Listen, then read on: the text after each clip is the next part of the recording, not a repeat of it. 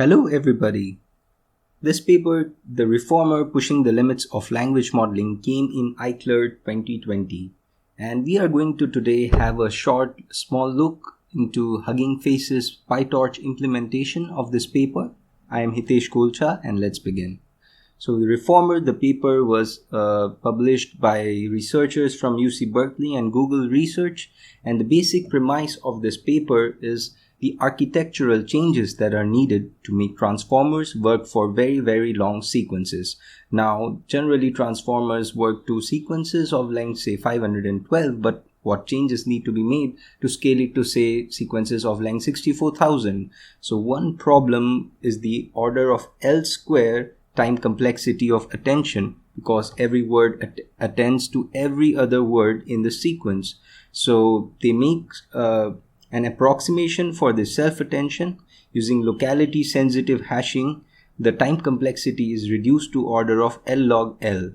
Another problem for very long sequences could be the amount of memory that is needed to store all the activations of a transformer during training time, because these are needed for backpropagation. So they use reversible residual layers, and using this technique, the activations of a layer are computed on the fly during backpropagation. So it's like a a trade-off between the memory and compute. So by trading off with the compute, they gain extra memory. So the resulting model, they say the reformer performs on par with transformer models while being much more memory efficient and much faster on long sequences.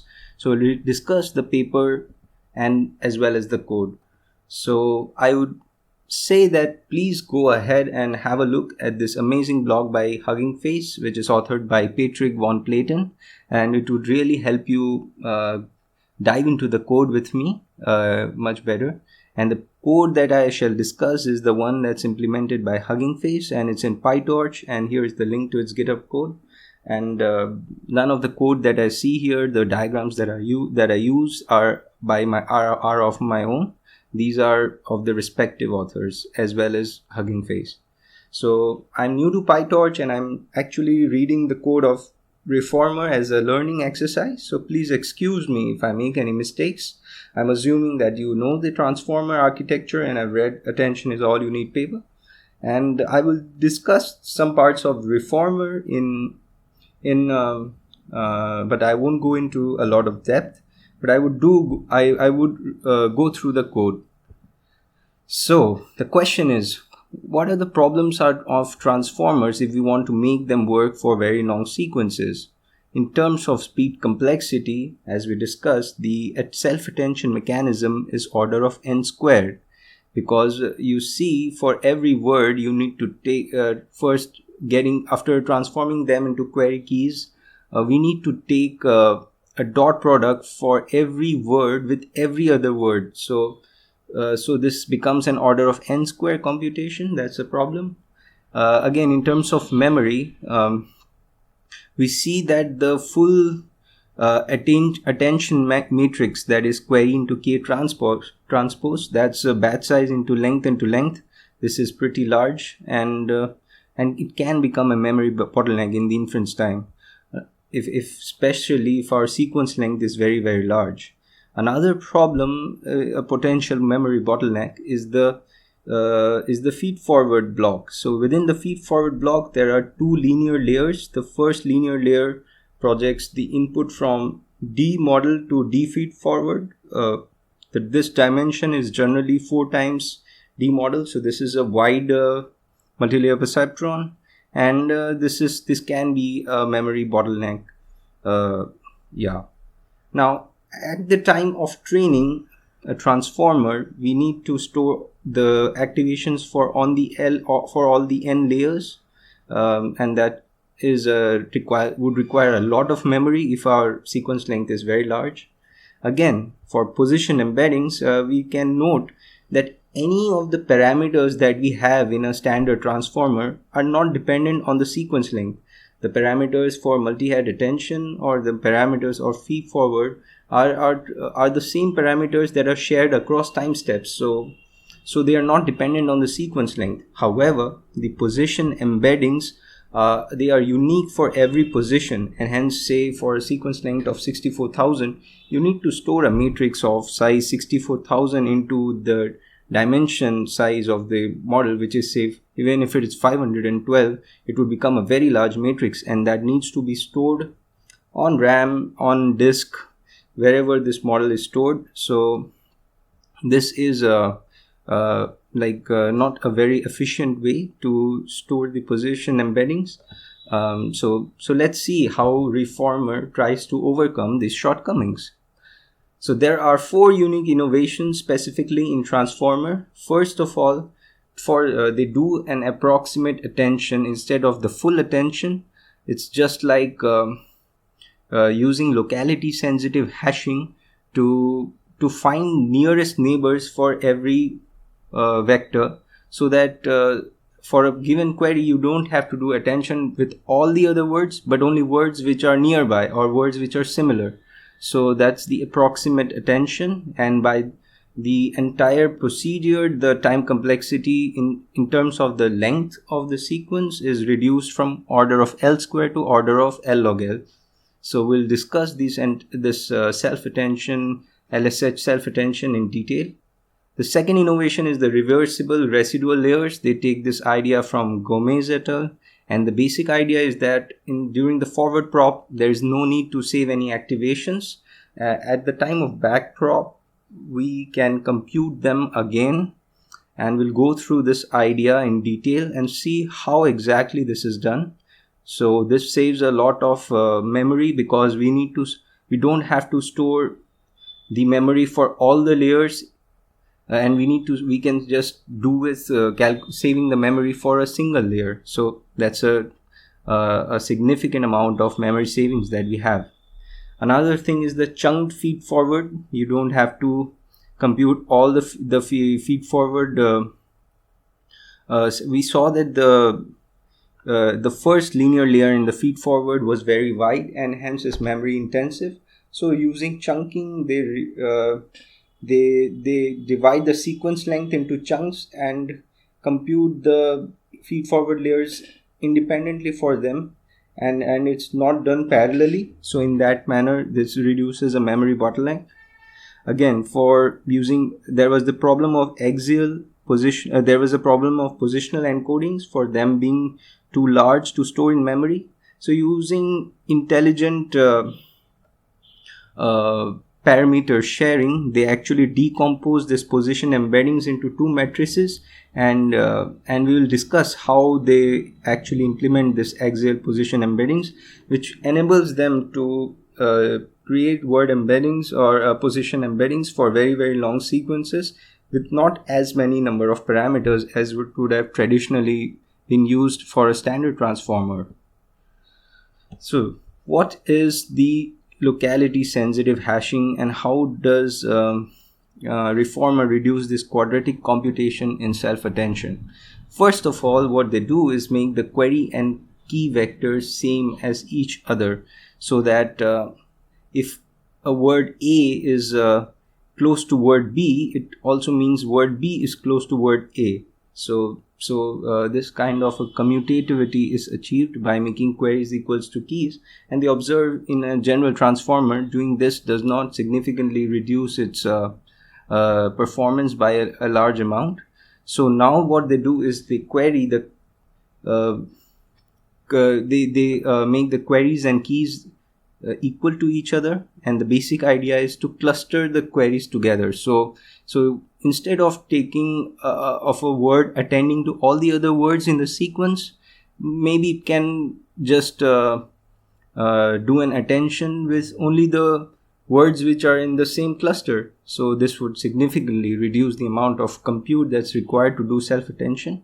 So how to do this approximate clustering? So so they use a version of locality sensitive hashing. So as we know, when we do hashing, it generally involves a hash function which takes as an input any vector, and say it would as an output it would give us a hash value. So The idea of locality sensitive hashing is that vectors which are close to each other, say in the Euclidean space, there's a high probability that they are also going to be mapped to the same hash value. Just for an example, in the paper they show an example of an angular hash. So let us see, there are 2 points x and y. There are two examples. In one example, x and y are not that close, and in another one they are very close to each other. So first of all, let us project them to a sphere. So it's a 2-dimension, so that sphere is a circle, and here are the 2 points of x and y that are projected to the sphere. For this second example, these two are projected here. Now, what a hash say is a random rotation. So if I randomly rotate by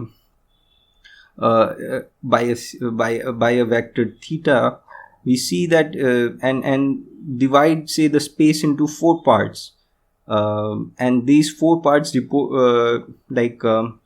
are actually the 4 hash values or the buckets. So this is bucket number 0, this is bucket number 1, this is bucket number 2, and this is bucket number 3. So if I do a random rotation for the first case where x and y were not very close to each other, we see that that x and y are not assigned the same buckets.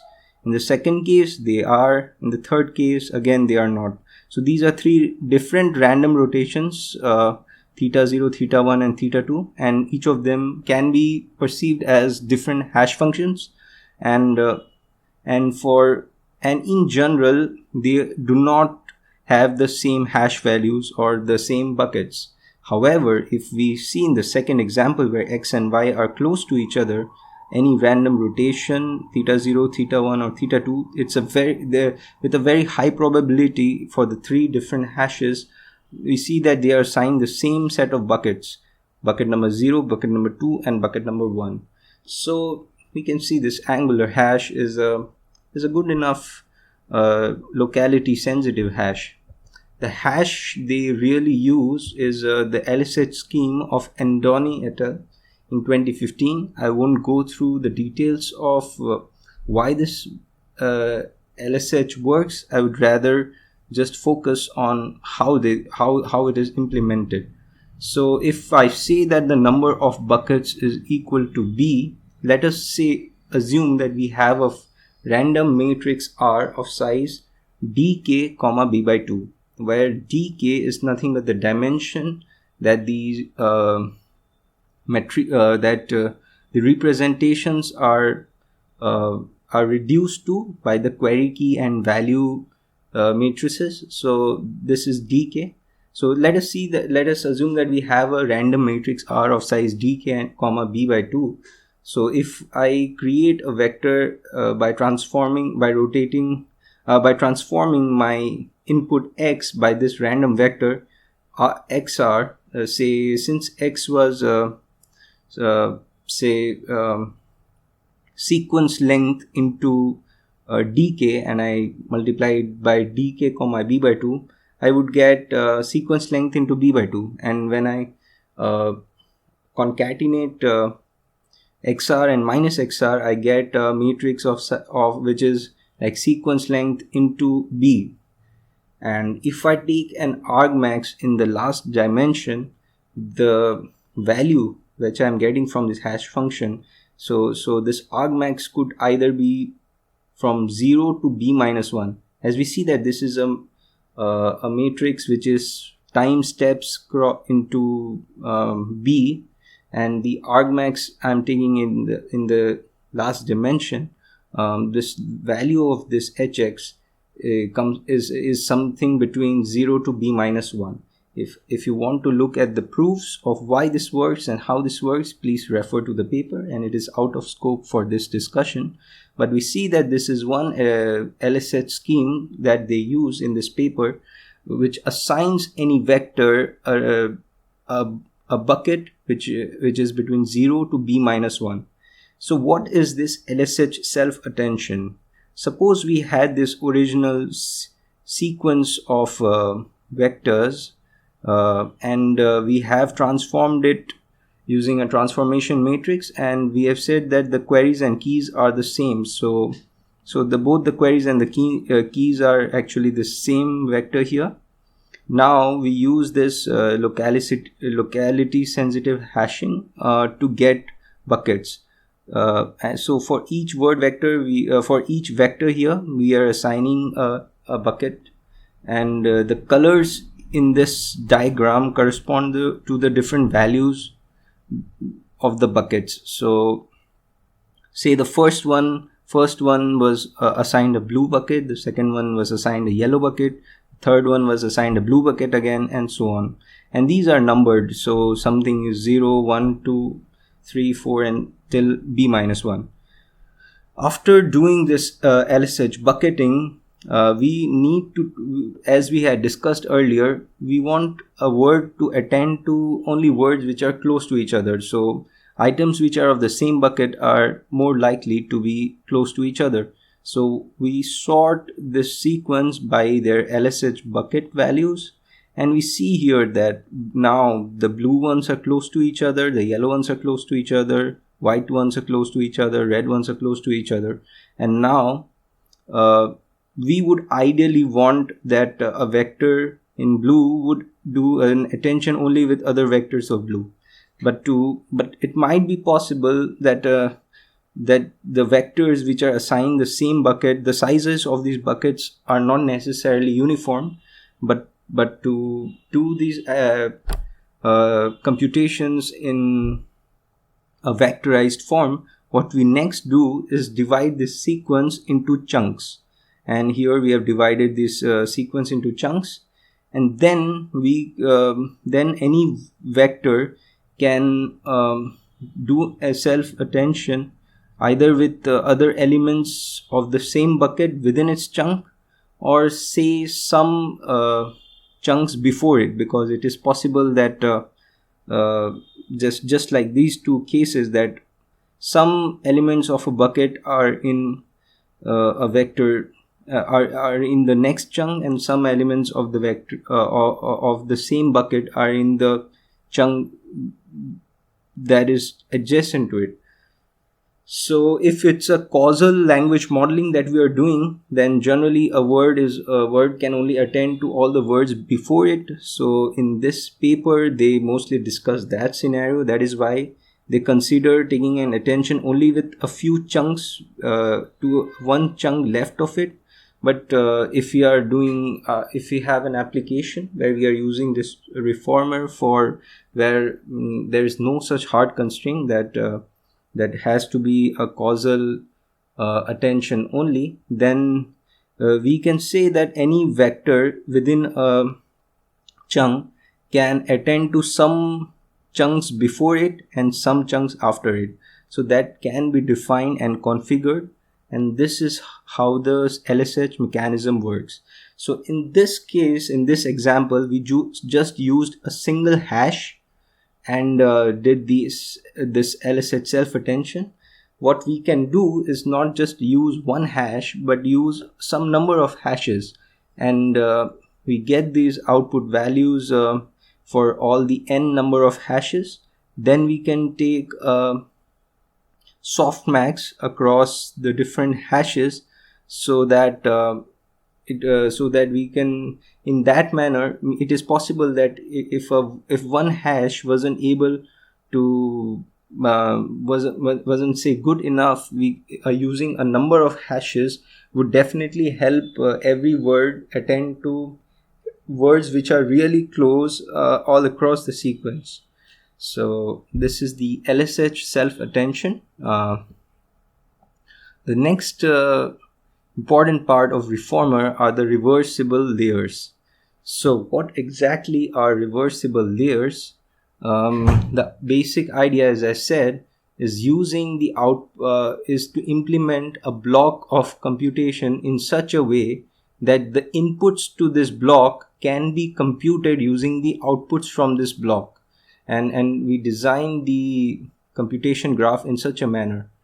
The use of reversible blocks is that in the time of forward propagation, we don't have to store the activations in the individual in the individual parts as well as the activations of the inputs during back propagation. Using say the outputs from a block, we can compute the inputs back again.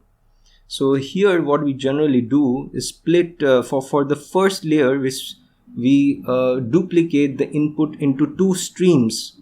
So say if my input to a transformer encoder block was X in the first layer, suppose we duplicate it into X1 and X2. And now we devise a block which is similar to this transformer encoder block and calculate values y1 and y2, and the computation is done in such a way that during backpropagation, if I know the values of y1 and y2, I can actually calculate this x1 and x2 back again. So what exactly is this residual layer? Let's see. Y1 is x1 plus attention of x2 and y2 is x2 plus feed forward of y1. So I take here we had this x, we had done this multi-head attention, then add a norm, then feed forward and add a norm. So here first we do multi-head attention and we take this, we add this x1 instead of adding it with the original x2 itself, and then we do a feed forward from that, and instead of adding this value again, we add x2. So y1 is x1 plus attention of x2 and y2 is x2 plus feed forward of y1. So in this manner, we get for x1 stream and x2 stream, we calculate the output of this block y1 and y2. At the time of backpropagation, it can be seen that if you want to calculate x1 and x2 back using y1 and y2, it's pretty simple. So from here we can see that x2 is y2 minus feed forward of y1. So if I have y1 and y2, if I calculate y2 minus feed forward of y1, I can actually calculate the value of x2, and x1 can be calculated as y1 minus attention of x2. It can be seen from this equation that y1, now that we have calculated the value of x2, we can take an attention over x2 and subtract that from y1, we'll get the value of x1. So the values of all the intermediate components can be calculated, and again x1 and x2 can be calculated just from y1 and y2. So all the activations during backpropagation can be calculated again and does not need to be stored in memory. I agree that we need to do this computation again, but this is like a trade-off for saving the memory of a GPU during the time of training. So this is the idea of reversible layers in Reformer. The next part is chunked feed forward layers. So in this this is the block in a transformer encoder, and let's look at the feed forward layer here. So the input to after the input to the feed forward layer, it has two linear layers separated by a nonlinearity. So the first linear layer actually projects the input from a dimension D model to a dimension feed forward. So this is generally very wide, and this DFF is generally 4 times D model. And the second layer projects this D feed forward back to D model. So because this DFF is generally much wider than D model, it can become a memory bottleneck. So how Reformer handles this is that the sequence is again chunked into some parts, and we know this there is the y1 output depends only on y1 intermediate and z1 prime. So the input to this feed forward, every time step can actually be computed independently. There is no reason for them to be actually computed together. There is no cross connection, cross interactions.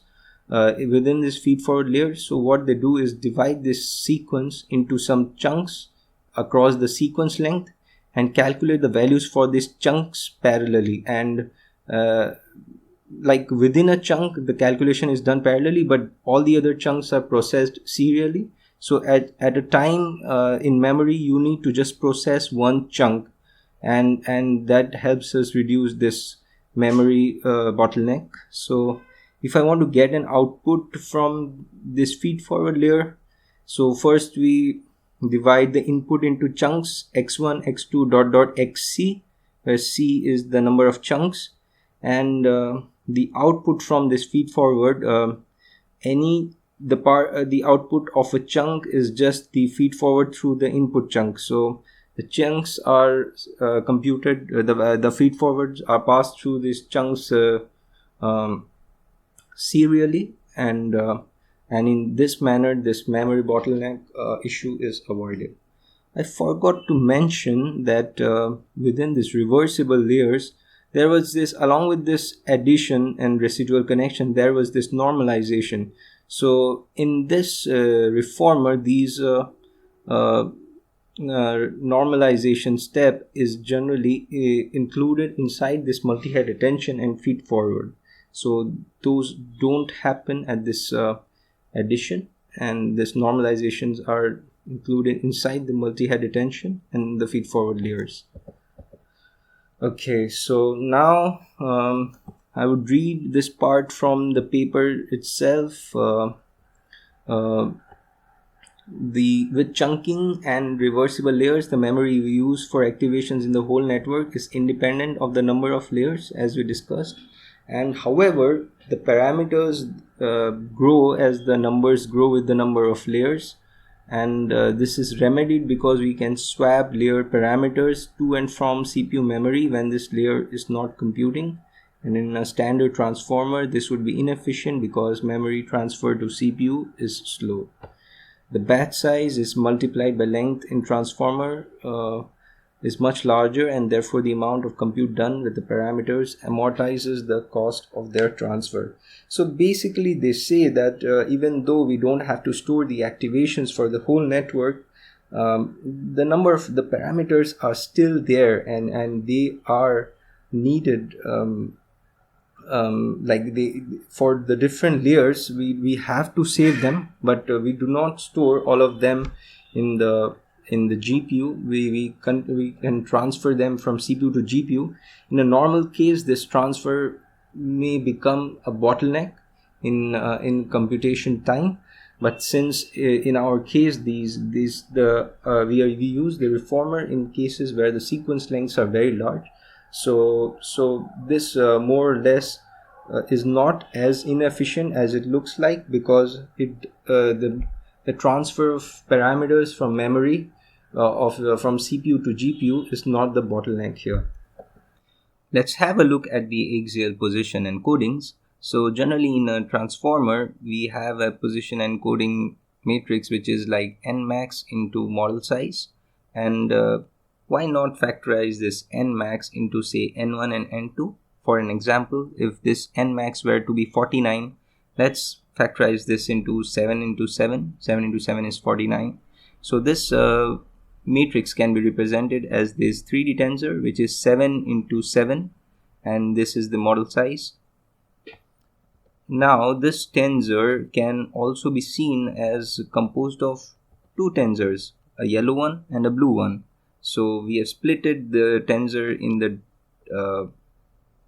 the dimension side, in the dimension which corresponds to the D model, and the model size is split into DH1 and DH2.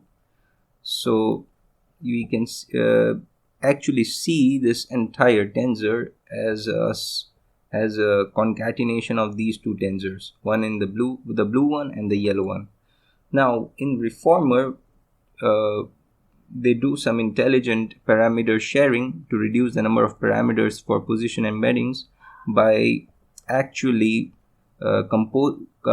creating this yellow tensor as by expanding this tensor in the first dimension, and the entire blue tensor by expanding this small blue tensor in this dimension. So basically this is some kind of a parameter sharing.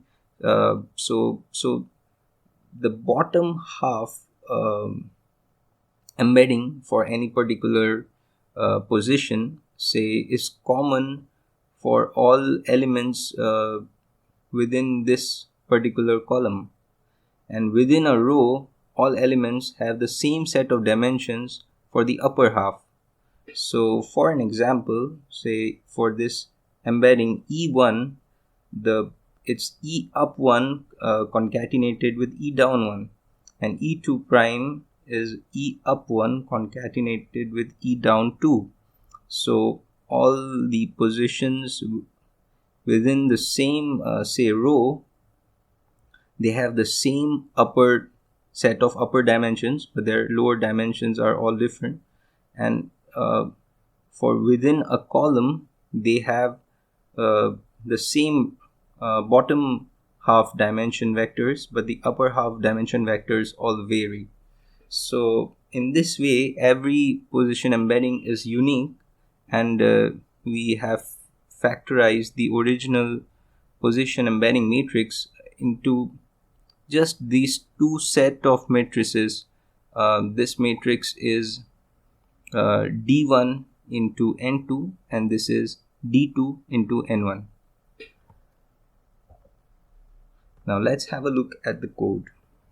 Okay, so let us look at the reformer config. So generally a config in the transformers library is you have a separate config for every type of a model that you define, and it consists of the important parameters which you use to initialize important parts of the model. So let's go and have a look at some of the important parameters. So first is the attention head size. So we've seen first the query keys and values are reduced from model size to an hidden attention size. So this is that dimension. Attention layers is like a list of string where the values can be either of local or LSH. If it is LSH, we use LSH self attention. If it's local, we use local self attention. So in local self attention, like in the time dimension, we do chunking, and any element within a chunk can attend to the chunk itself and some elements in the adjacent chunks. Whereas in LSH self attention, we first reorder the original matrix such that similar elements are close to each other, and then do this local self attention, and then reorder the elements back to the original order. So that is LSH self attention.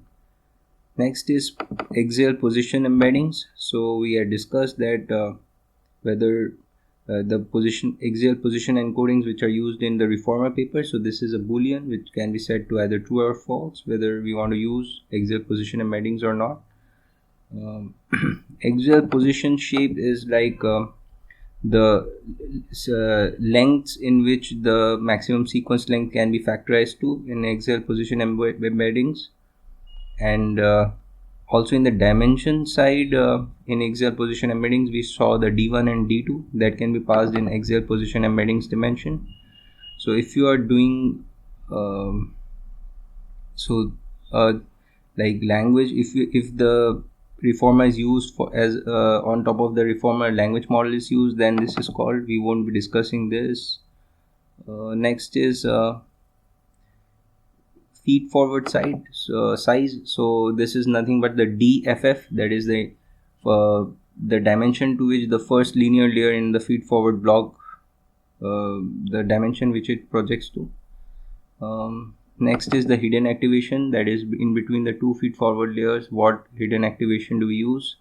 You can configure it here. Hidden size is nothing but like for all the blocks, what is the dimension of the input and what is the dimension of the output. This is nothing but the model size, hidden size, demodel. These are few different names for the same quantity. is decoder is set to false. This is only used when we are using reformer for say a decode for say language model decoding. So we are generating one word at a time and using the reformer as a language model, and only in that case we set it to true. This is the local chunk length, that is the length of the chunk in if we are using local self attention, then these are the parameters. Let's ignore them for first. If you are using LSH self attention, then this is the chunk length, number of chunks before that we attend to, number of chunks after that we attend to. Okay, so if you remember, we after getting the buckets using hashing, we sort our vectors and then do a chunking. So this is the chunk length, and then after doing this chunking, any element can attend to few number of chunks before and few number of chunks after. So these are the chunks before and after, and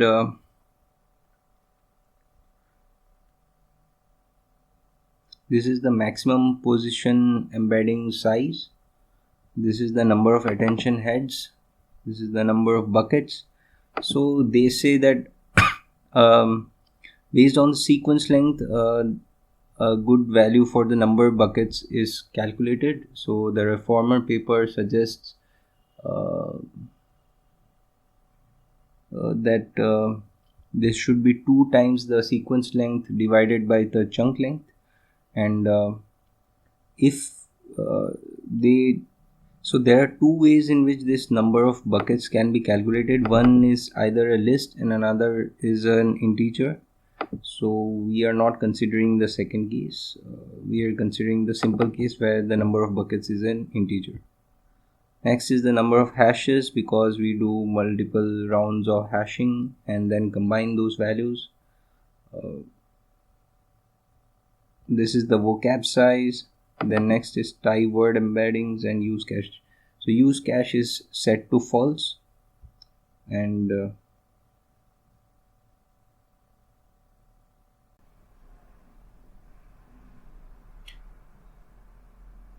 so this is the transformers repository of Hugging Face, and here is the modeling reformer, which contains all the code related to reformer.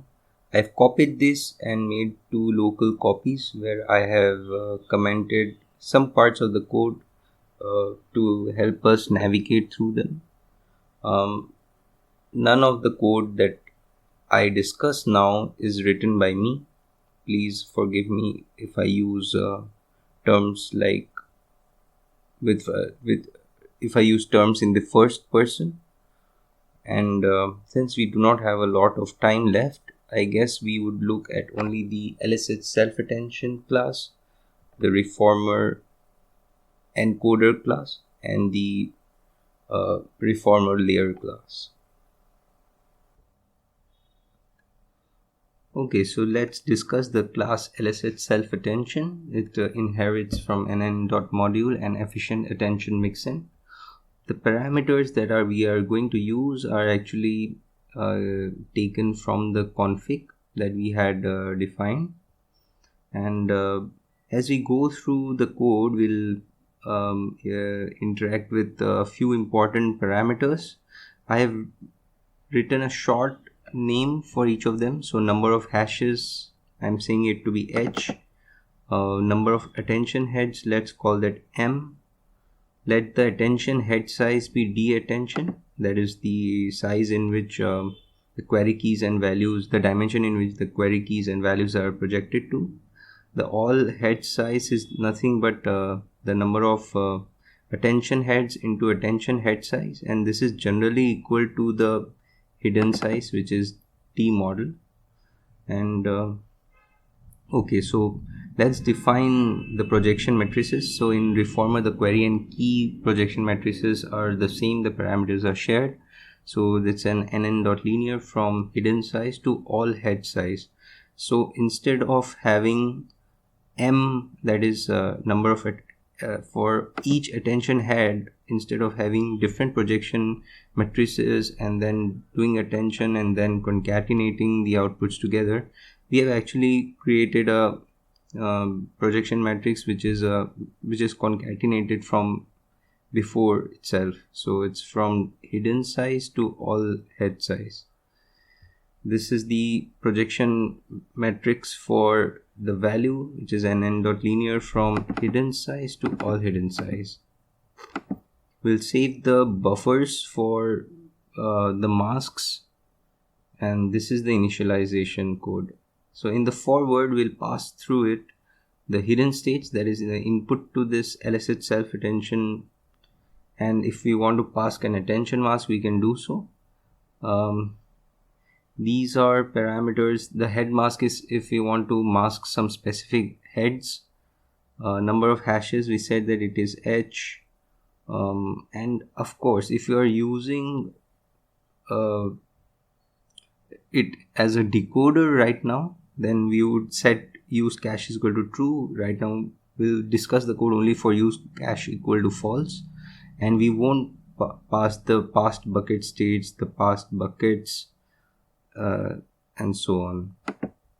So if we want to return the attentions, we can set this to be true, otherwise it's false. So now the sequence length is so the hidden states, we see that this is batch size into sequence length into model size. So the sequence length is the first dimension, and the 0th dimension is the batch size. Now do cached attention. So in our case, we are setting you use cache to be false, so this is false, and we'll be discussing code only when do cached attention is false. So let's skip if do cached attention is true. So when do cached attention is false, we would actually pass the hidden states to the query key and get the query key vectors. So this is like batch size into sequence length into number of attention heads into the attention head size.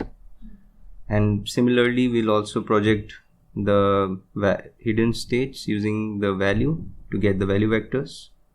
Once we had the queries and values, we actually want to hash this query vectors and find the which buckets each time step falls into.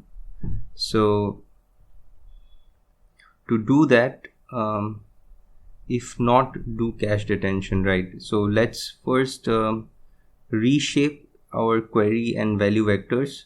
So earlier this query vector was b into t, bt, and m into d attention. So we using split hidden dimensions, hidden size dimension, we split this into m comma d and actually do a permutation. So this becomes b m t d attention, and similarly we also reshape this value vectors to shape b m t d attention.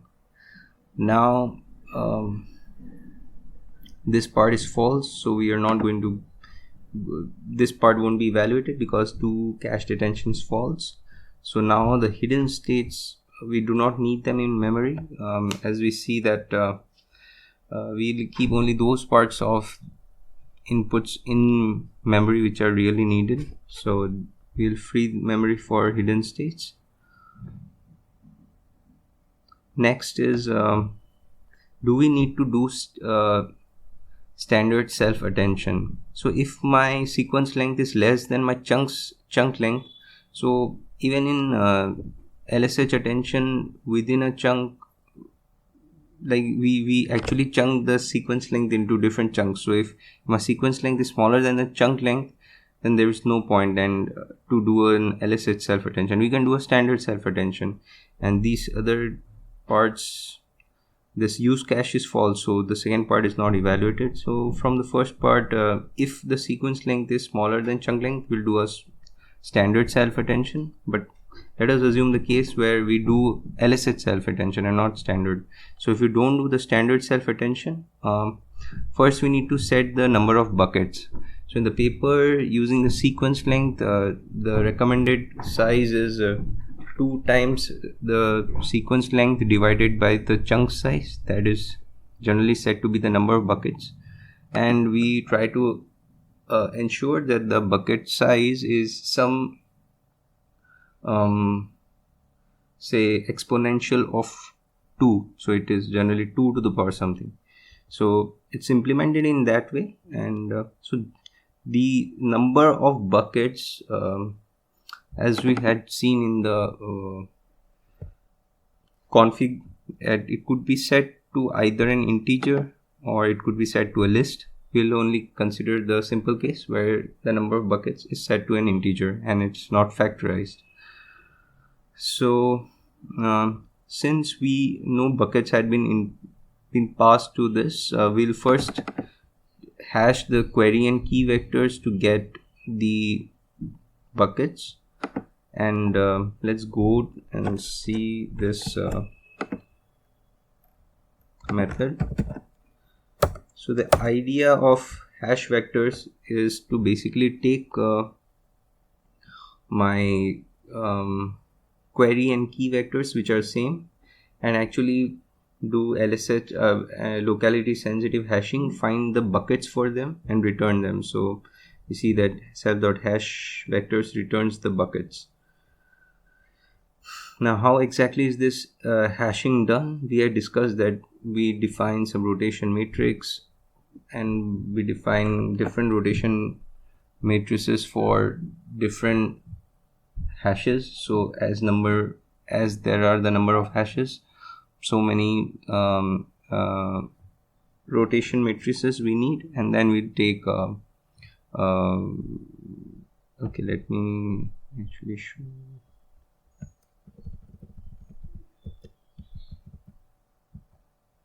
Yeah, so basically for single hash we take a random matrix of size d k comma b by 2, and then we transform x as xr and minus xr, create this matrix and take an argmax in the last dimension.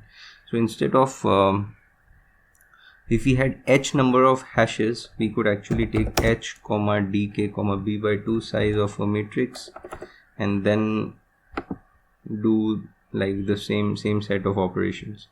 So let's see in the code once again. We initialize a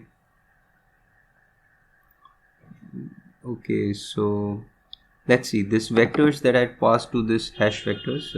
Again, just to summarize, this shape is bmt into d attention. B is the batch size, m is the number of attention heads, t is the sequence length, and d attention is the attention size. So, and number of hashes we are calling it to be h. So we'll consider the case we said that we are not factorizing the number of buckets, it's an integer. So we'll take this case when the number of buckets is an integer. So the rotation size is said to be the number of buckets. The number of buckets is self.number of buckets. The problem, we are initializing these variables. First we detach these vectors when we are trying to do these rotations and find the buckets. Every time I think okay, so here is the rotation shape. So we are going to create a random rotation transformation matrix. So this is of the size number of attention heads into number of hashes into number of buckets by 2, just like we had discussed right now. So this is the shape that we define, and we, using torch.random, we create a random unit normal matrix of this size, and then we need to perform this XR. So instead of first reshaping all my vectors and performing this matrix multiplication and again doing the permutations, they have used the torch.Einstein summation. So let's see, my vector, that query and key vectors were of of shape batch size into number of attention heads into time into dimension, whereas my rotation matrix was my m number of attention heads into dimension into number of hashes into this rotation, and we do an Einstein summation, whereas if you see the d dimension is not available here, so we do a summation over the d dimension, and the other are carry forward. So this is nothing but this xr that we had.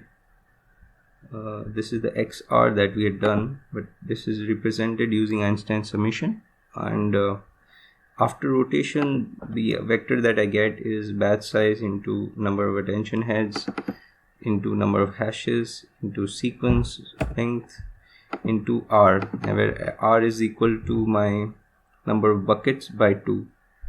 So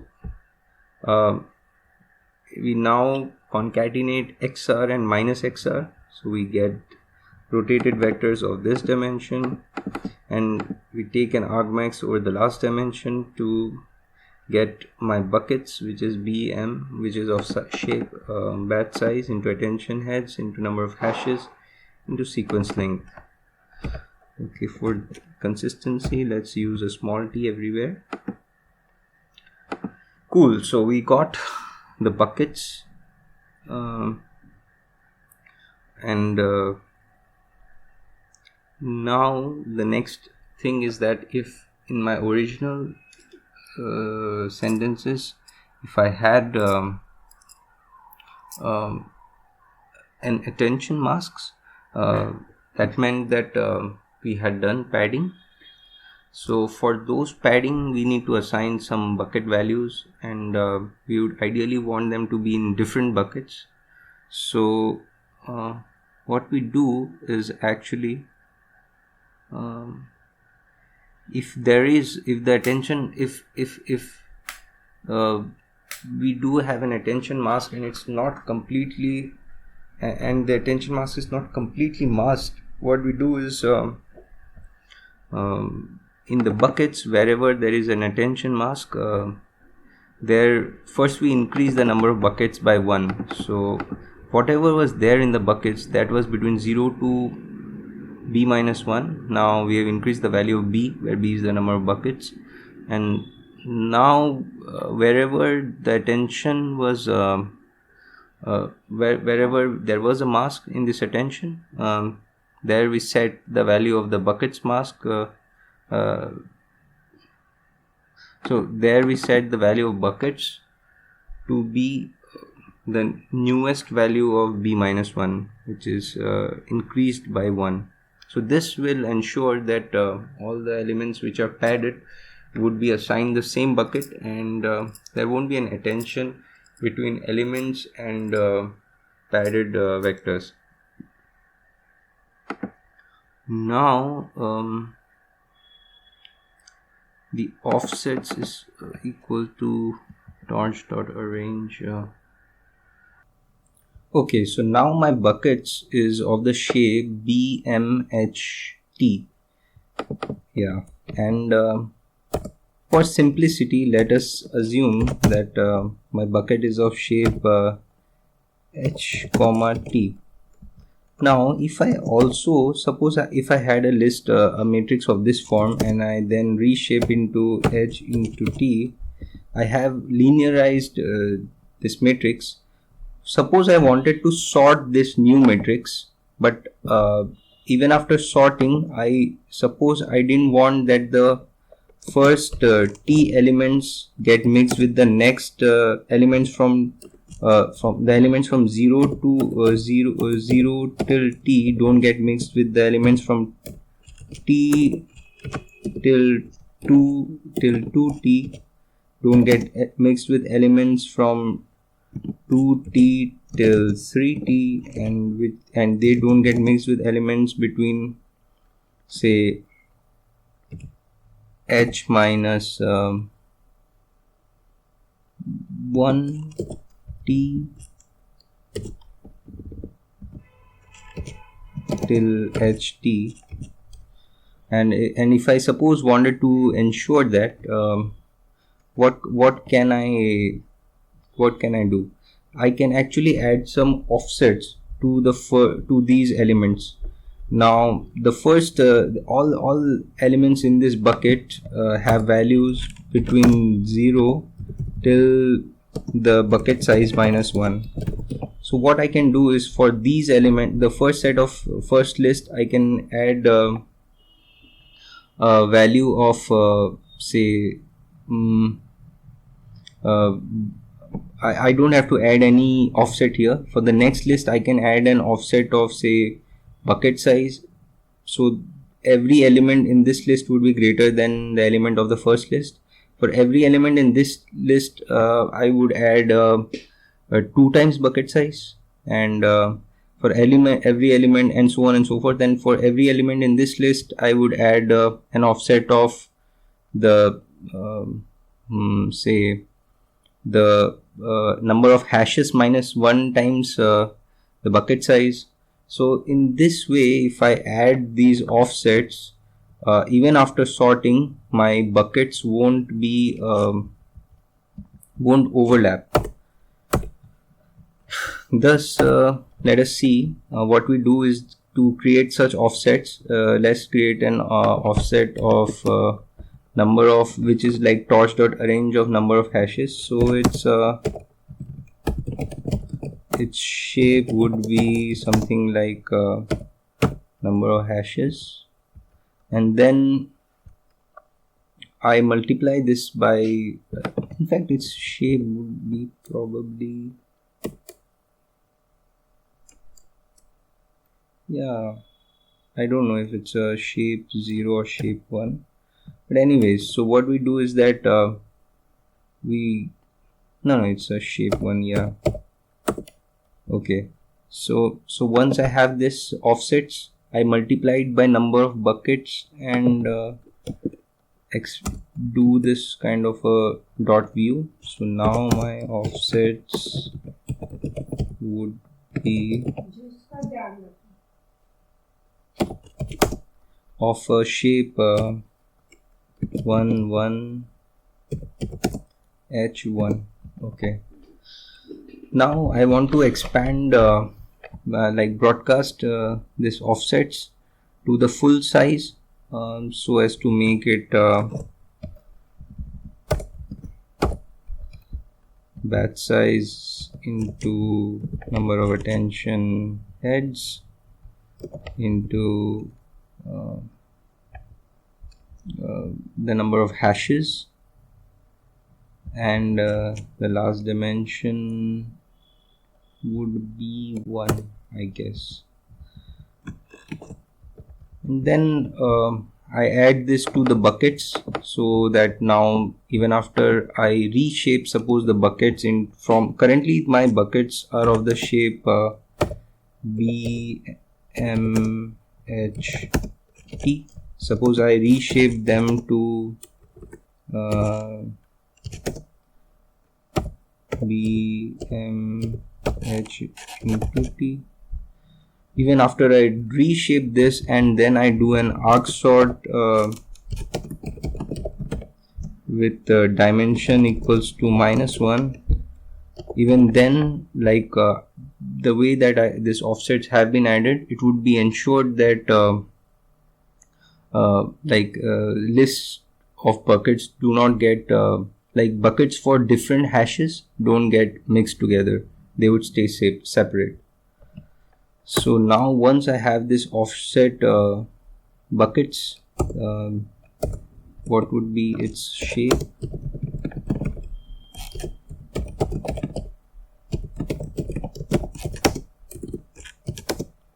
Its shape would be BM, same as that of buckets, HT. Cool. So this is returned. So here we see that we see this entire code related to the method hash vectors, which takes the vectors and other parameters, and finds the buckets and adds some offsets to the buckets so that after sorting they don't get mixed or they don't get overlapped, and then we return this offset buckets here. So we reached the end of hash vectors. So the buckets we are getting is of dimension, okay, it's h into t.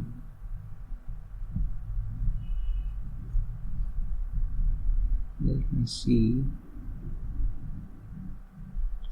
I see. Okay, so there was a flatten in the end. So what does flatten do? Flatten would actually linearize the matrix in between the dimensions that are specified. So starting from dimension number 2 and ending till dimension number 3, all of these dimensions would be collapsed. So it would become BMHT. So this BMHT, this is the offset buckets that is returned, and this is nothing but like we have done the hashing and we have got the hash values, and and these are the values that are contained inside the offset buckets. So get these buckets which are BMHT,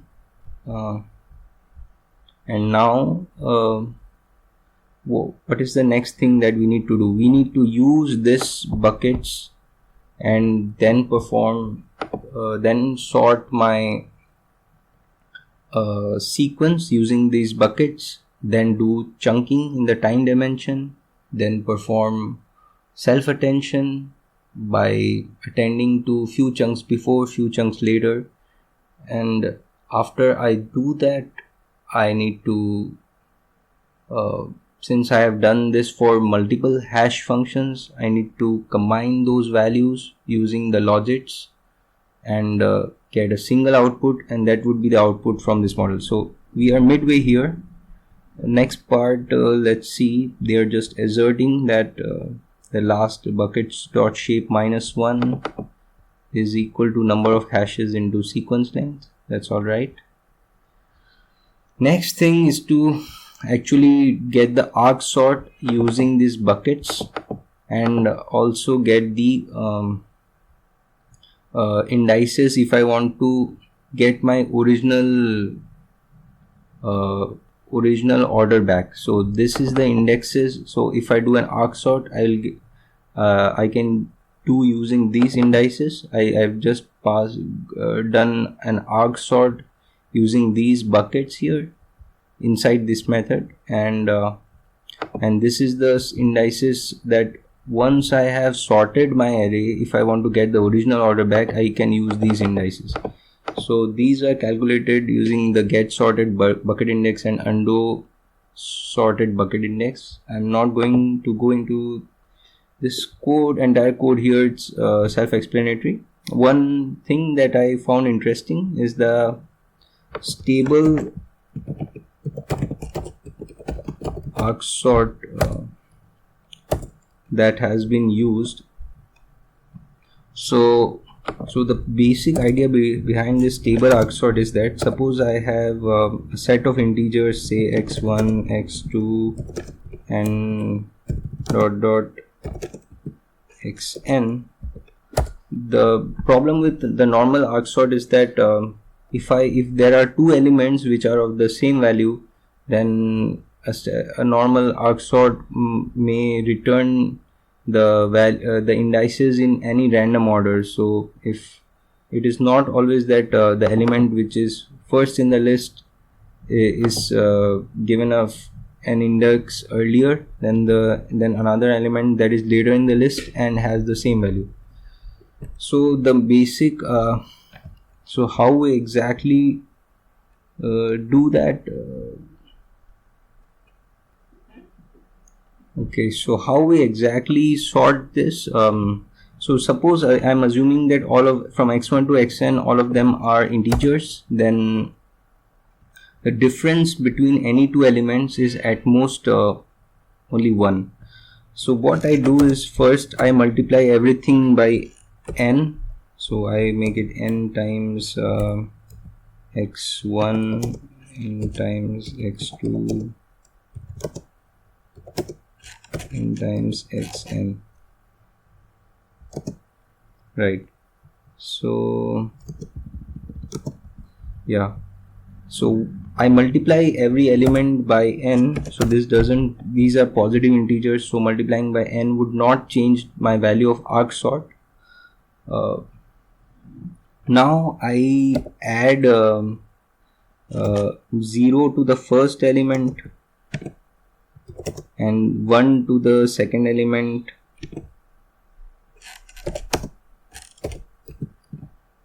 and 2 to the third element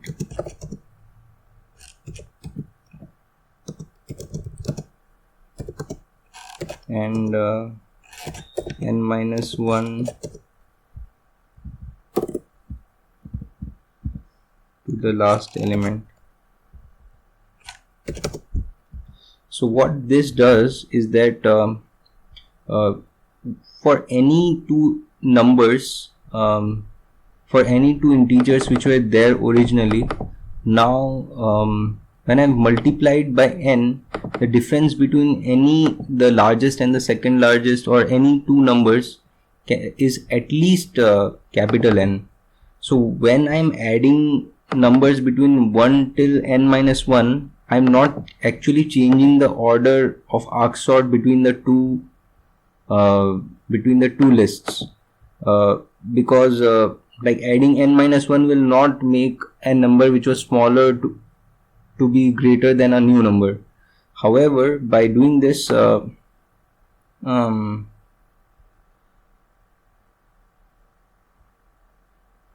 if any two values, any two numbers were actually equal, say suppose x6 and x8 were equal, now x6 there a new order is defined between x6 and x8, and say x6 will be smaller than x8. So this kind of doing an offset and scaling actually ensures that now when I do an arc sort, then all the numbers are unique first, and second that the result of this arc sort is stable, and elements are returned in the same order. Two elements which are equal in value are returned in the same order in which they were originally present. So this is the stable arc sort that is used inside this method, but let's ignore that. Let's see that suppose we took those buckets and have founded the arc sort indices for sort bucket index, and undo sorted bucket index consists of the indices. If I want to unsort a sorted array on the basis of which uses the indices from this bucket indices. So I found these two. The next part would be to cluster my query key vectors according to the hash buckets. So I have those hash buckets. I have my query key vectors were of batch size into number of attention, heads into HT into D attention. Now using this sorted indices, I have just clustered the similar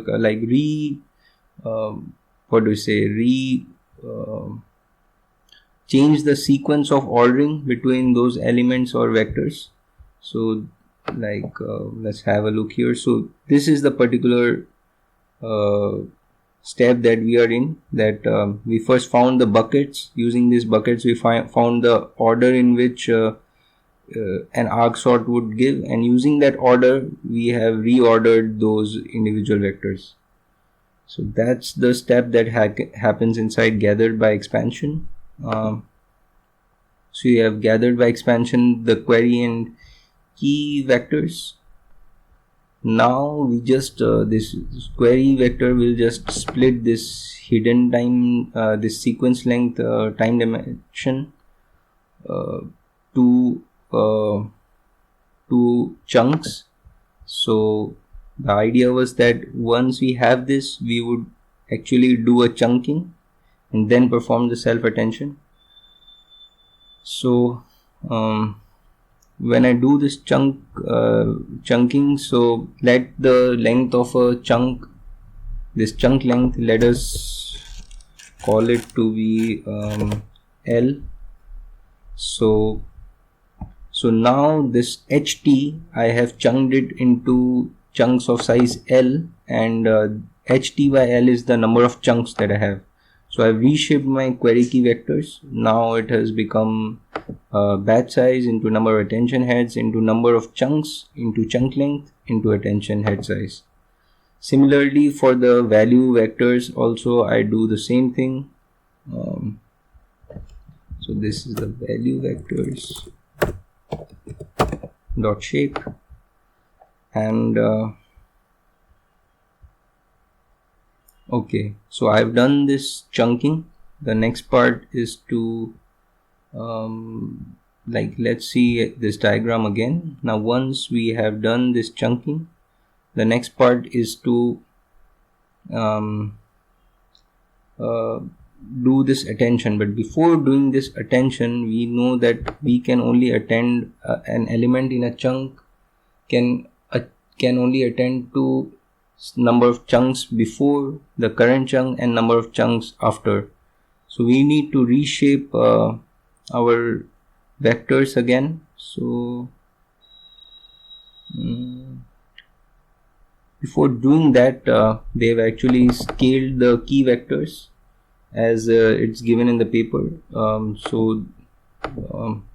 Both query and keys are the same, but the key vectors are normalized, and one more thing is done is they are divided by under root of dk.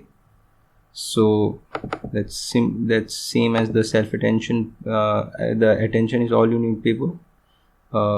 If you remember, the equation was that softmax of query k transpose upon root dk.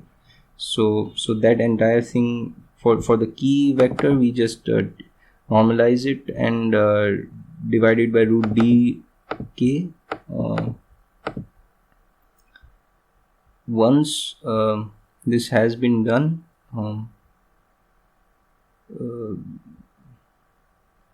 okay, let's ignore this line because it's not none. Yeah. So now the query key vectors, which were like earlier we were using the query key vectors for both query vectors and key vectors. So now we have defined renamed it to query vectors and deleted this particular variable.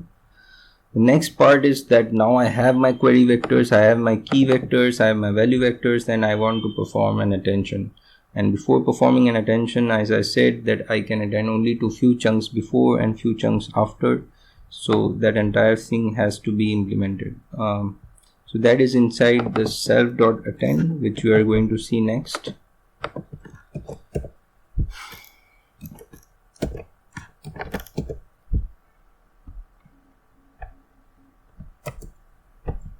Okay.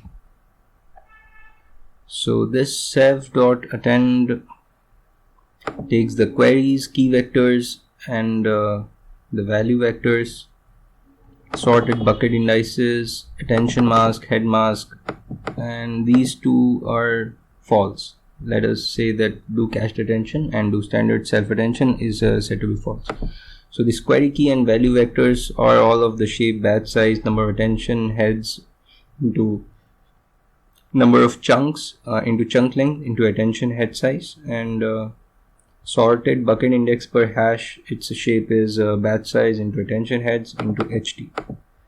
So now if not of do standard self-attention, of course, so we are here do standard self-attention is false, so this part would run. And key vectors is self.look adjacent of key vectors. So I want to find for a given chunk what are the chunks in which I can perform a self-attention. So generally in full self-attention a query vector can actually the keys could be from all the other elements. Here it can only between a it can only be with a few chunks before and a few chunks after. So that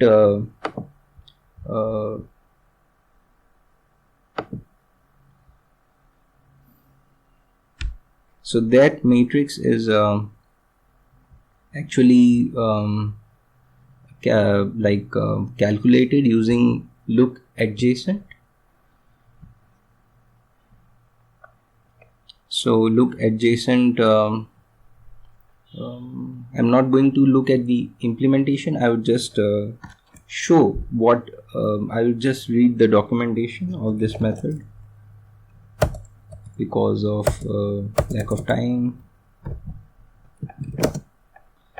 So it is used to implement attention between consecutive chunks. So if I have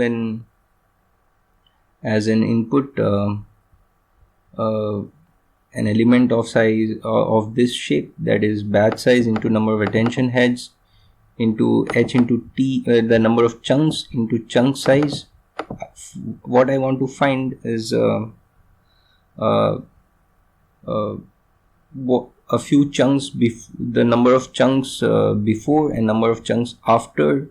What are the vectors contained in that matrix? So after the matrix that is returned is of size batch size into number of attention heads into number of chunks into this is chunk length multiplied by n, where n is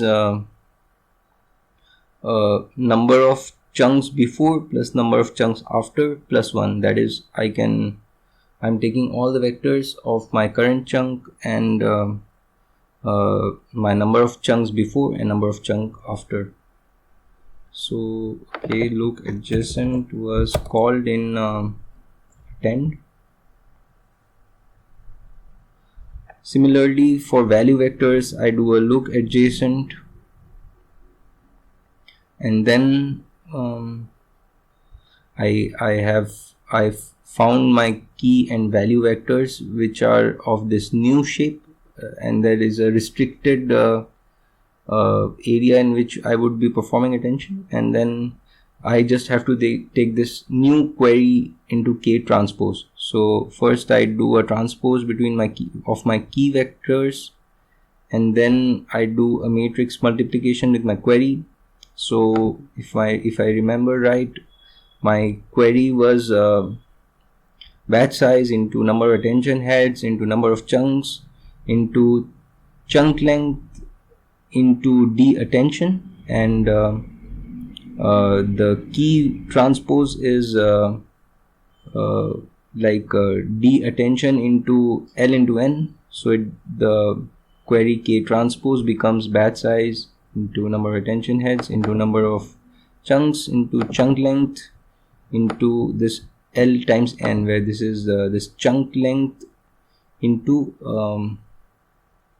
1 plus number of chunks before plus number of chunks after. So instead of doing a dot product of every element with every other element, every element only does self attention or dot product between with just n times L number of elements. So this is the gain that we got in time complexity using LSH Self Attention. So once I've done that, I can again reshape my query bucket indices. So I've just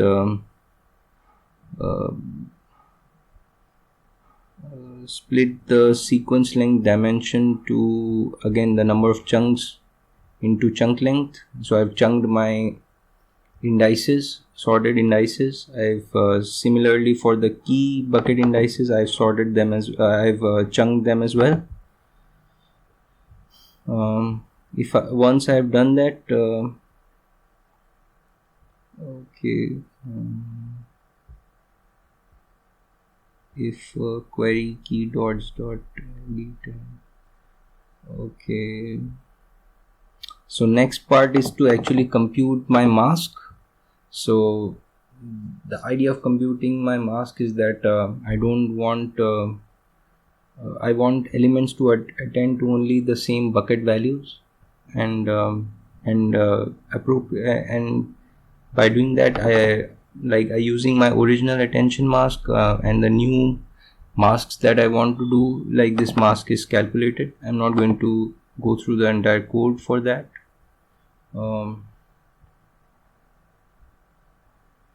We'll apply this mask to my query key dots.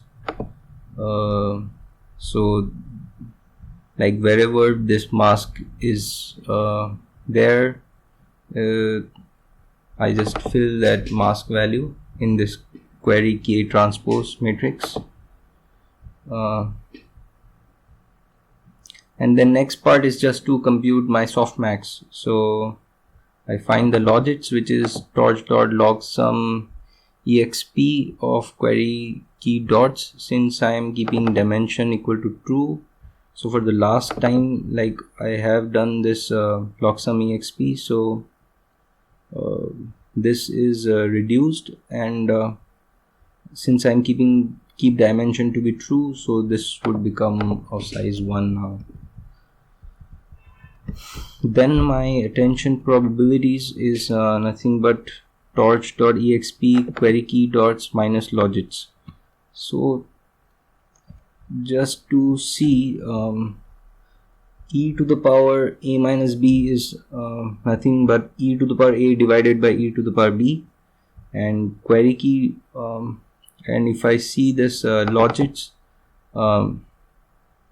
it is e to the power log of sum exp. So e to the power log is the identity, so it's nothing but the sum of exponentials of this query key dots in the last dimension.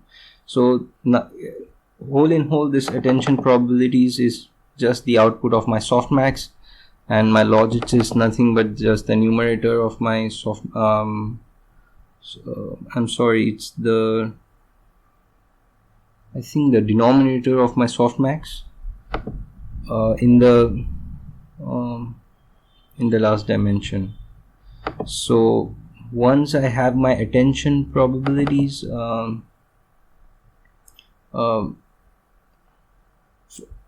in this ln,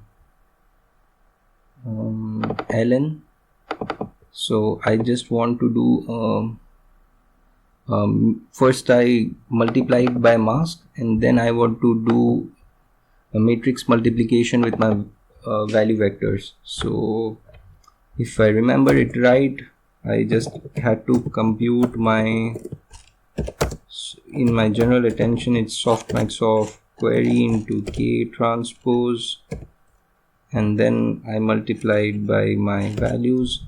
So first I had computed this query k transposed, add my masks in that.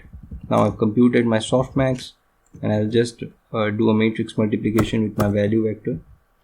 So my query into k transpose was of the shape batch size matrix multiplication number of chunks L into ln. So this has been reduced from say t into t, or say ht into ht. This has reduced to like just L into ln into number of chunks. So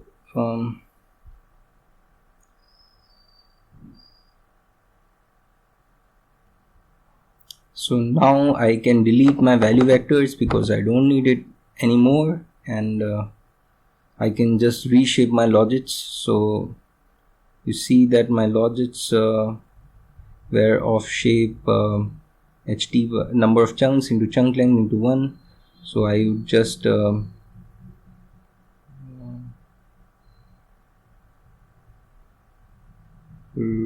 like merge these two dimensions by flatten from dimension 2 to 3, and I would do dot squeeze minus 1, so this 1 would also get reduced. So now my logits is of shape batch size number of into number of batch size comma number of attention heads comma h into t, And for my output vectors, I flatten it from dimension 2 to 3, which means that if you see, my output vectors was chunked, so it was number of chunks into chunk length into D attention, but these two dimensions are merged, so now it becomes batch size into attention head, into HT, into D attention. So once I found my output vectors, my logits, and the attention probabilities, I can return this from my self.attend. The next part would be to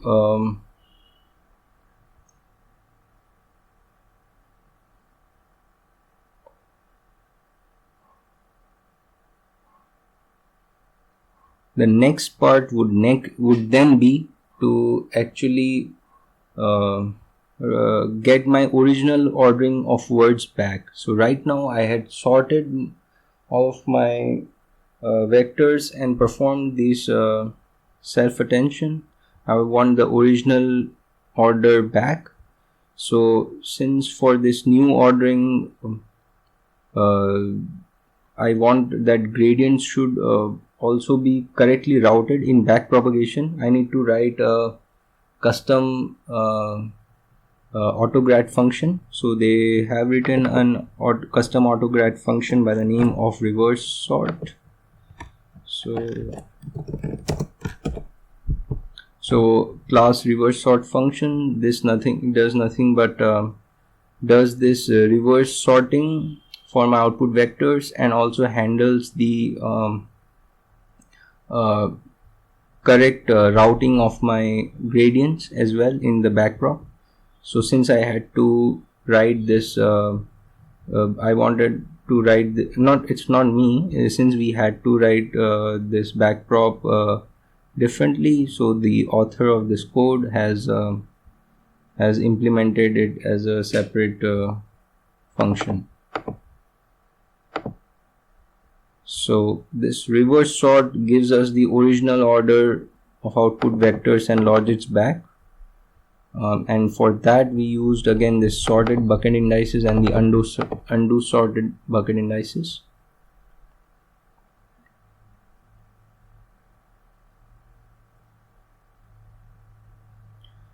And the last part is to sum up all the hash rounds. So if the number of hashes is greater than 1, first the output vectors we would split it again. So it was BM HT into D attention. So this HT is split into H and T, and same we do for the logits. We also split it into H and T and add one new dimension by doing unsqueeze -1. So now my logits is BMHT1 and output vectors is BMHTD attention. So now I want to use these logits to calculate my probability vectors and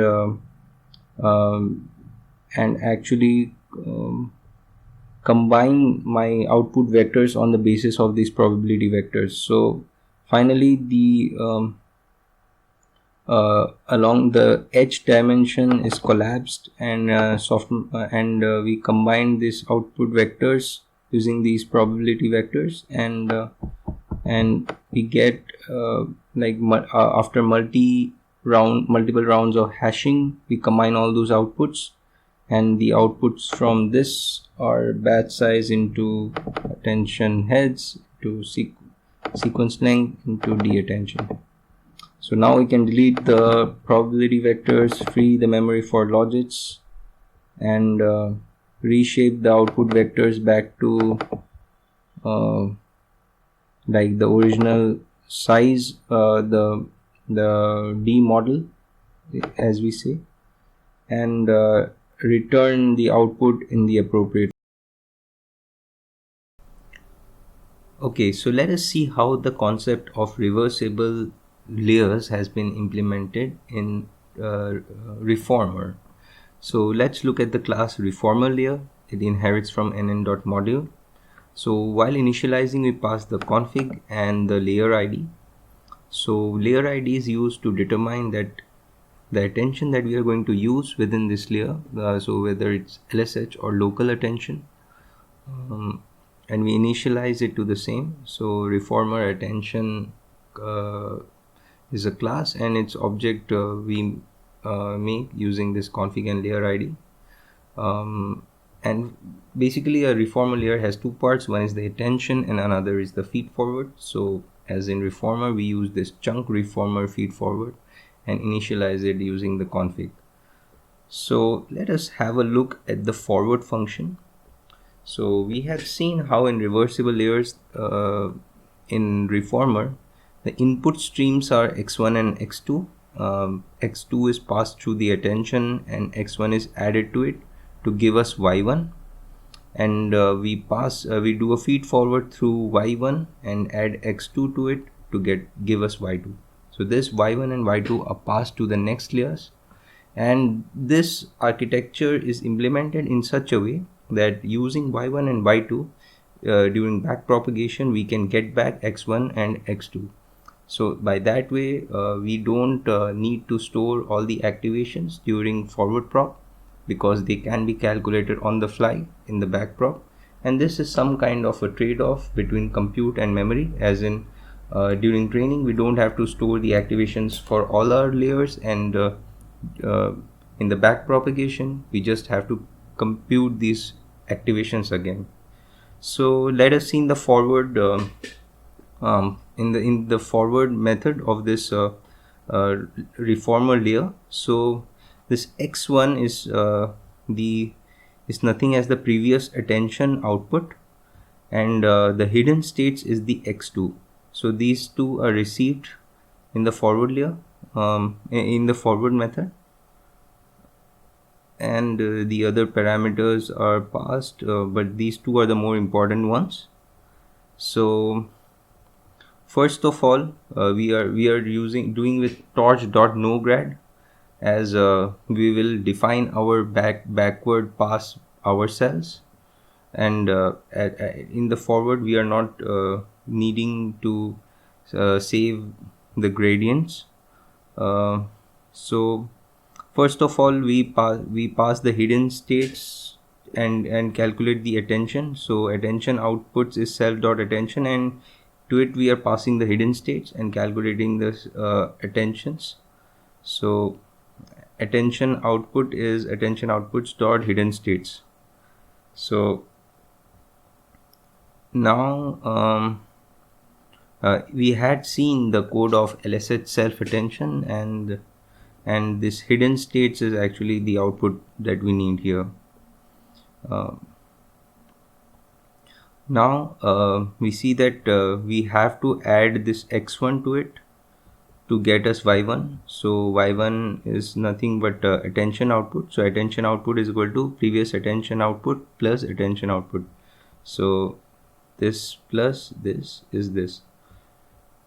Now if we are in the training mode, then we need to init the feed forward seed, and it's now time to use this y1 to calculate this node.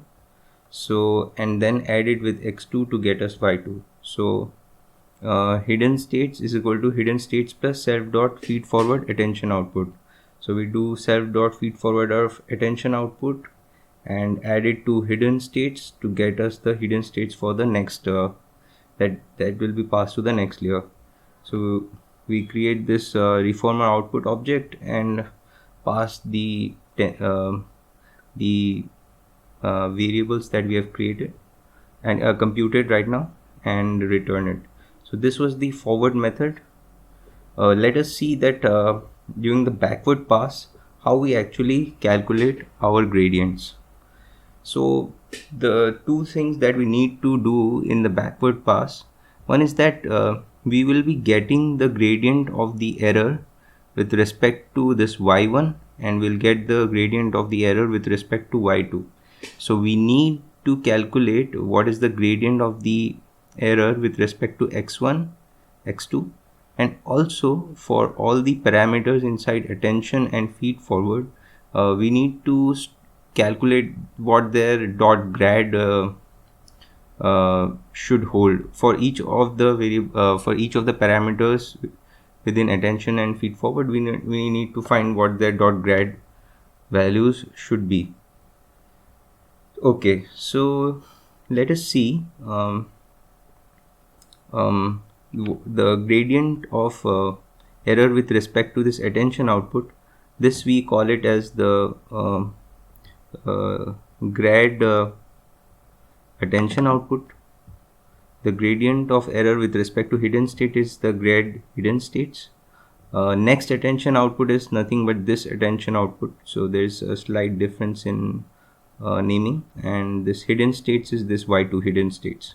Okay, so we got y1 and y2 and del e by del y1 and del e by del y2, and we need to calculate everything else. So again, this backward will only be called if we are training, so we are just asserting this. Cool. So now we see that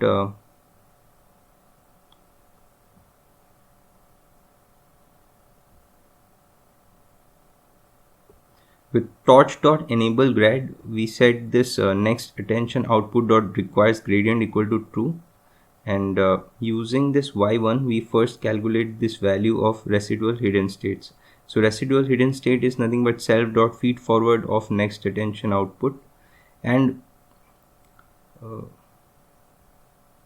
I can actually say I have enabled the gradient for next attention output to be true because I know the del e by del y1 which is coming from here, but I need to calculate the gradients which is coming from here.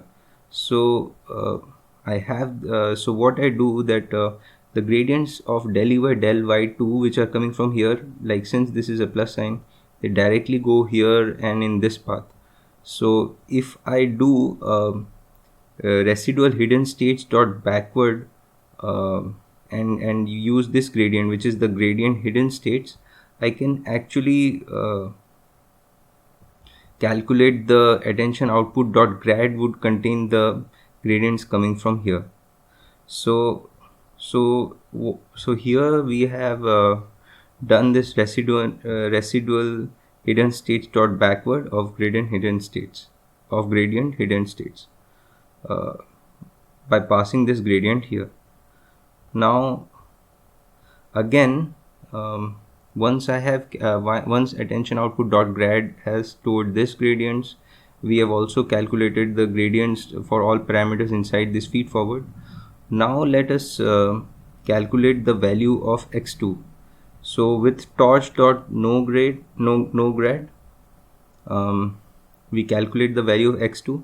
So x2 is nothing but y2 minus this residual hidden states. So hidden states is equal to hidden states minus residual hidden states. So actually both of them are named as hidden states. So this hidden states is this hidden states minus residual hidden states. And now I can delete my residual hidden states variable because it is of no use now. And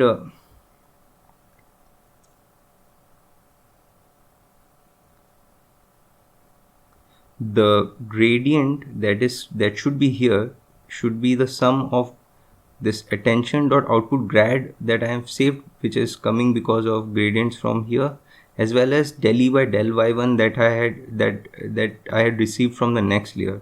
So the gradient attention output is grad attention output plus next attention output dot grad. So now we have found the del e by like the the input to y1. So this is nothing but grad attention output plus next attention output dot grad. So I got del e by del y1 and I got the gradient from this place, and this summing these two together I found the del e by del y input, and these two would again flow to x1 and to attention. So now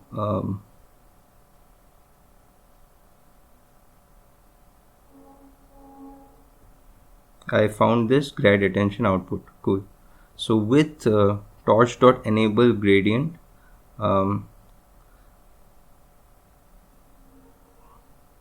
I'm now going to calculate the value of this output. So this output is nothing but the attention of hidden states. So using x2, now I'm going to calculate the value of this output, because this will help me calculate the value of x1, because y1 minus this thing will give me x1. So first I calculate the value of output, which is self.attention of hidden states. I pass this hidden states and calculate this output. And when I do this output dot backward of gradient attention output, so I said that I calculated the gradients here, this flow here, and when I do output dot backward and pass that gradients here, I actually get the correct value of dot for all the parameters inside this attention block. Their dot grad variables should be correctly initialized with the correct gradient values. So that is why I do this output dot backward grad attention output, right? So now this grad attention output can now I can actually calculate the value of x1 with torch dot no grad. X1 is nothing but attention output is equal to next attention output minus output. And now I can delete output and next attention output, and the gradient with respect to hidden states, it is nothing but the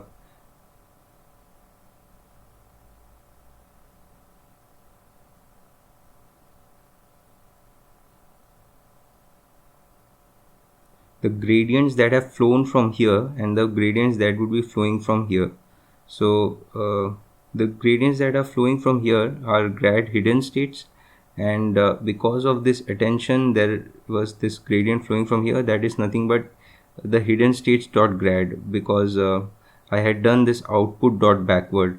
So now I have the correct values of gradient hidden states. I just want to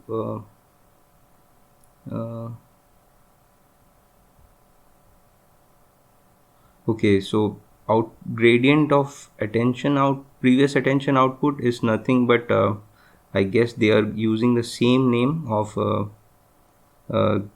grad attention output and grad hidden states. Okay, so we had calculated this earlier, and we have finally like the gradient with respect to previous attention output, the gradient with respect to hidden states, the value of previous attention output, and the value of the hidden states. Just their names are slightly different. So it's attention output hidden states, grad attention output, and grad hidden states. So once these two are the gradients of error with respect to x1 and x2 are found, and the values of x1 and x2 are found, this can again be passed to the next layer, the previous layer during backpropagation, and similarly we can like apply this. So this was the reformer layer and how its forward and backward passes were implemented. Let us look at the code of the reformer encoder. So as we know, a reformer encoder will consist some number of layers, and each layer would consist of blocks of attention and feed forward, and they are reversible layers, and we have discussed that implementation. So we initialize this reformer encoder using the config. The self.layers is an nn.module list, which is a list of elements of ReformerLayer, and these objects are created using the ReformerLayer class, which we have discussed. In the end, after all the layers are computed, then we calculate a layer norm, which is 2 times the config.hidden size, and this is because since we are using reversible nets, so we have this y1 and y2. So if we concatenate them together as my final output, I need to do a layer norm over 2 times the hidden size. Now let us have a look at the forward function. It takes as an input the hidden states and a few other parameters. This is the most important input to the reformer encoder that it receives. Before passing it to the first layer, the hidden states that it receives as input, it concatenates it into to create two streams. Let us see them as x1 and x2. So these are concatenated in the last dimension and saved as hidden states. Now we call upon the apply method of the reversible function class. So this is a torch autograd function. So this is a class that inherits from torch autograd function, and we created this custom class because we wanted to define how its forward and backward methods should be. So the entire logic of my ReformerEncoder resides inside this reversible function. So to this reversible function we pass the hidden states and all the other parameters. So let us see how this reversible function has been implemented. So this is the reversible function class, which inherits from torch autograd function. So it has its own forward as well as backward method to know how to compute the forward activations as well as how to backpropagate the gradients. Now for the forward pass, first we see that the hidden states consisted of the two input streams which were duplicated. So now we rename them as hidden states and attention output after chunking this in the last dimension and making two chunks. So now we then enumerate through all the layers one by one and pass this hidden states and attention output to this layer and get the layer outputs. So the output attention and the output hidden states are like layer outputs dot attention output and layer outputs dot hidden states. Whatever buckets we found now are concatenated to the final list of all buckets. If you want to output attentions, then all attentions are appended by the attention probabilities that we calculated from this layer.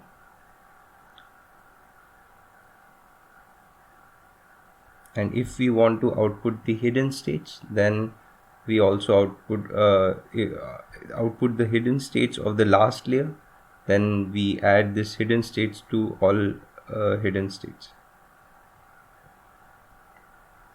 Now for backward we may have to save some variables.